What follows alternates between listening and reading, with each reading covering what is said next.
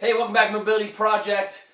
Today's mission is to talk about how to travel with some of the kit, kind of pare down the tools you're going to do while you're traveling. Now, most of you guys are traveling, or a lot of you guys are traveling to the CrossFit Games in Carson this weekend. We've seen a ton of athletes come through our gym, and the question is, what do you take? Obviously, the CrossFit goes with you all the time. It's in your pocket. But one of the other things that we like is, having a basic tool. And I tell you what, I love the spiky grid tool.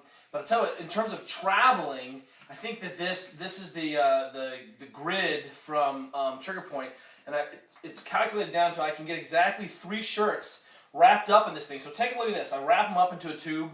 I can pack them down, and I really haven't lost any space. That thing goes in the bottom of my suitcase. Bam! And that is a beautiful, beautiful thing. I get so stiff when I travel. I don't know what it is, but rolling around makes such a big difference. What I want to talk to you today about is recovering your feet again. Now, I had Yami Tikkanen for the last few days, and one of the things, he's our Finja. One of the things we've been talking about is kind of when we see athletes moving into an economy of a lot more ankle range of motion, so they get that knee out, we've got to have motion at this joint. And this kind of mid-tarsal, mid-foot joint gets really stiff on athletes, especially as they start to kind of reclaim their feet. Their foot is starting to come alive again. They're starting to pose run a little more. It's one of the reasons the pose running is so good. It allows me to put that foot down and then compensate or adjust through that joint. And that's why one of the reasons your feet are so good at kind of picking up the cues. So we've got this joint right through the middle. One of the things that happens is that joint gets very, really stiff, and then suddenly I can't make this correction. So that a lot of times when we see athletes who have stiff ankles, and when they pull the foot out, they end up rolling the whole foot with. And I should be able to kind of see this independent motion through the middle of this joint here. One of the ways you can deal with that is just to put your foot up and then try to press down towards the middle. So what I'm going to do is, typically we end up putting that ball through the middle of the foot, and the kind of posterior tib rolls around, gives that arch some big support.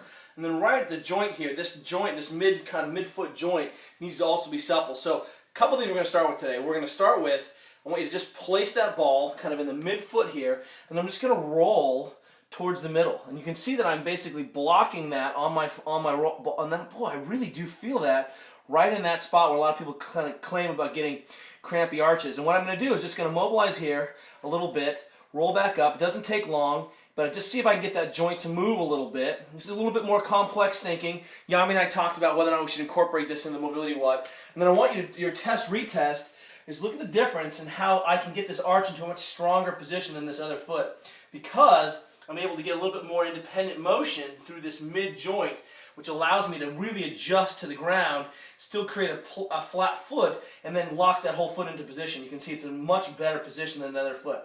So toy with that first, then let's go ahead and really spend some time weight bearing through that heel. I want you to peel apart those layers of that fascia right as it comes into that calcaneus.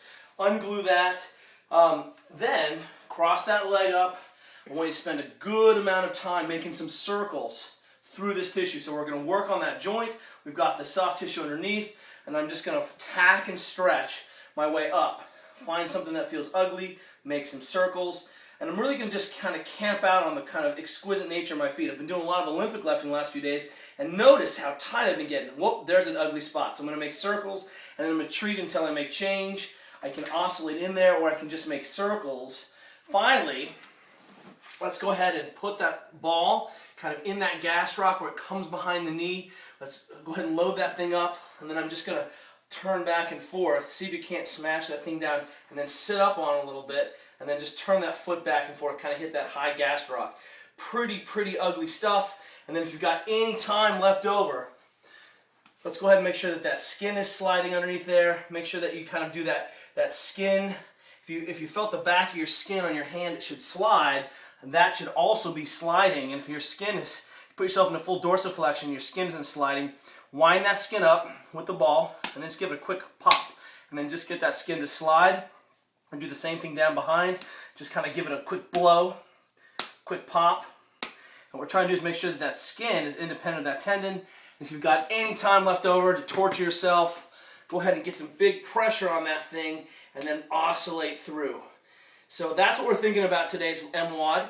Let's go ahead and just work on exquisitely in your feet, really see the difference in terms of kind of, bottom-up approach. A lot of mobility kind of schools of thought start with the feet. We like to start with the pelvis. Doesn't matter where you start as long as you're looking upstream and downstream.